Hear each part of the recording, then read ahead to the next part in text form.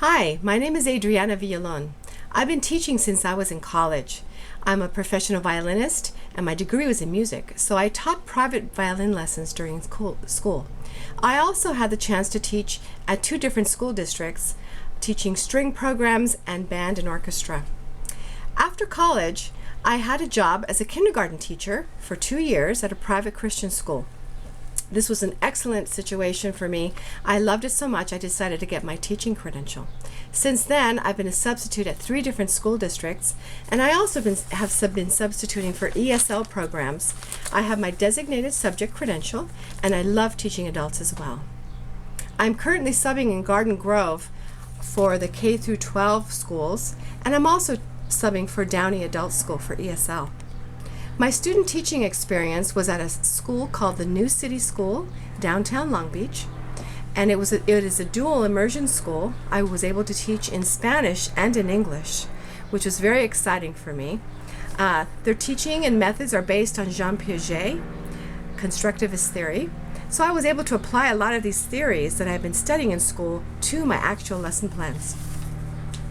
As I studied your core values for Lucia, the first thing that struck me was resilience. I believe that the ability to be resilient comes from our experiences and challenges in our life. Each teaching position that I held required a new set of expertise and knowledge which I had to face. I have confidence now knowing that I can face these changes and have the strength to do so, whether it's teaching a 5-year-old how to read or a 70-year-old how to develop their memory and their brain skills. This has taken a great deal of innovation and creativity. I believe this is one of my strong points. I love creating lesson plans and I love developing curriculum for the school. This is also where teamwork comes in. When I taught kindergarten, I was the only teacher at that school. We had very little collaboration time. The other teachers were very busy with 2 to 3 levels in each classroom. So it was a kind of a sink or swim situation for me.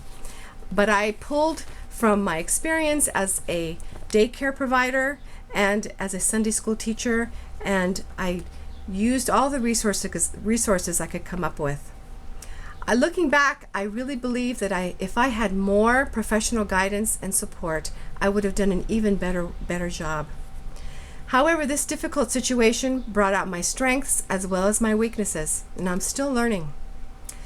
This, I believe, is what developed integrity in me, and it has made me determined to adhere to what I believe in as a teacher and as a person.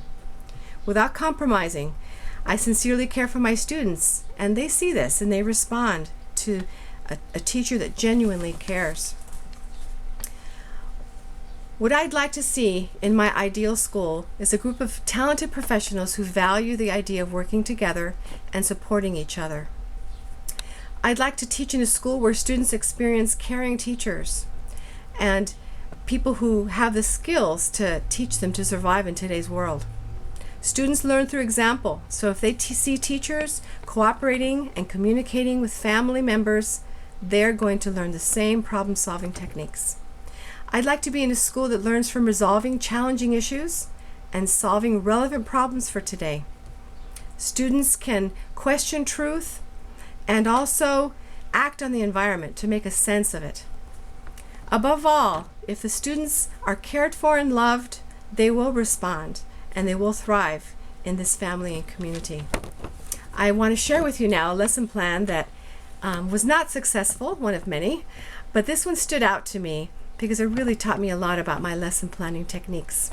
The school was celebrating the life of Cesar Chavez, and I chose a book to base my lesson on to teach vocabulary and sentence structure. It wasn't very long into the lesson I realized I had way too many objectives, and I simply wasn't going to have time to finish this lesson.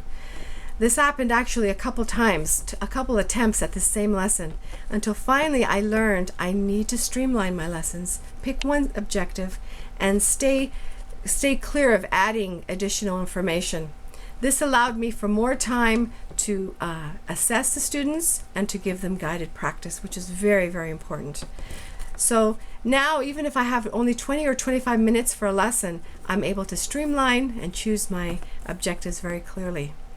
I want to thank you for your time and for considering me as a teacher at Lucia.